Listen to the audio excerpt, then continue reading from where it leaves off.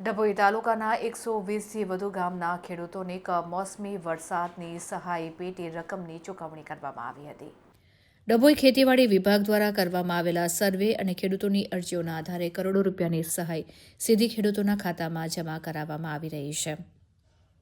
ડભોઈ તાલુકા ખેતીવાડી અધિકારી મહેશભાઈ ચૌધરીના જણાવ્યા અનુસાર બાકી રહેલા ખેડૂતોના નાણાં ટેકનિકલ કારણોસર અટક્યા હોવાનું જાણવા મળ્યું છે। આમ કુલ ભરાયેલા ફોર્મ પૈકી 19,876ને સહાય કરવામાં આવી છે અને 17,605 જેટલા ચૂકવવામાં આવેલા છે। આમ કુલ રકમ 52,78,342 રકમ જોવા મળી રહી છે। બાકી રહેલા ખેડૂતોની સહાય કેમ અટકી છે તે તપાસનો વિષય બન્યો છે।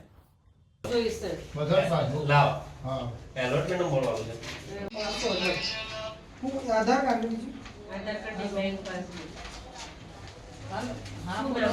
खाता नंबर को 1218 बोलो 1218 આમાં તો 1286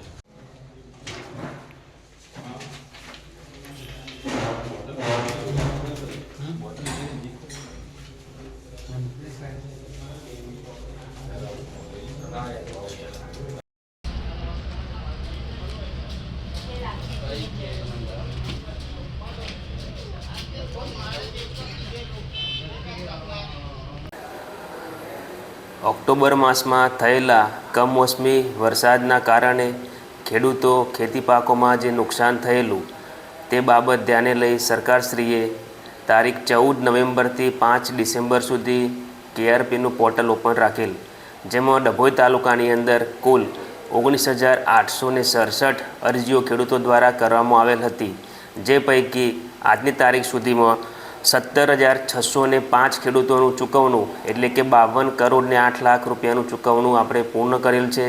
બાકી વધેલા 2,262 ખેડૂતોનું ચૂકવણાની પ્રક્રિયા હાલ ચાલુ છે।